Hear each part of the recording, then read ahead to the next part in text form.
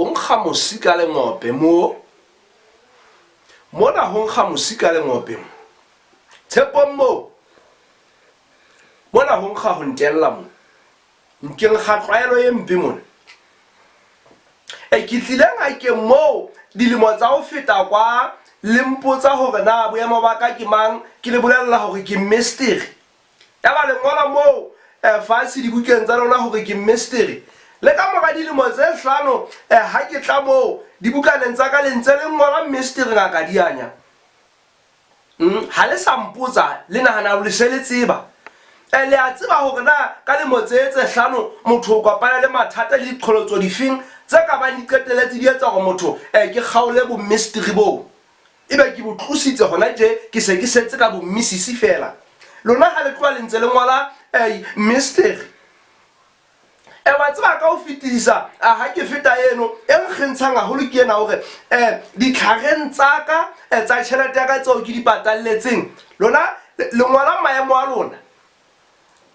dingaka le manese le basebetsi bohle Tshepong le nkuka jwang hantle ditlhareng tsa ka lona le ngola maemo a lona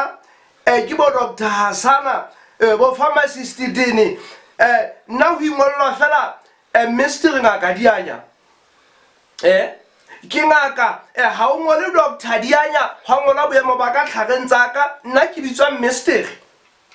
nkipitsa tswa mystery a jwalo fela e ka re ke monna fela wa motseng ya ka bitswang ha o faolwa dikolobe wa tseba le botsa sepetlele se seng ka mono ka thetsane ka mono ngaka Masaele una batlapi ke bona boitshwaro bo tjena le hloka Masaele ha le tjena le nahana hore le tla ke le etse hore ka le bongwe ha ikere Masaele a tlong ka ditlhare mono le ke le fitla le ingwalla Mrs. Masaele le tle le bona ntho a tla le etsa yona ha ba le nahana ho fumana lengolo la bongaka ke Mantlwane ke ntho nkwanye tunusitswe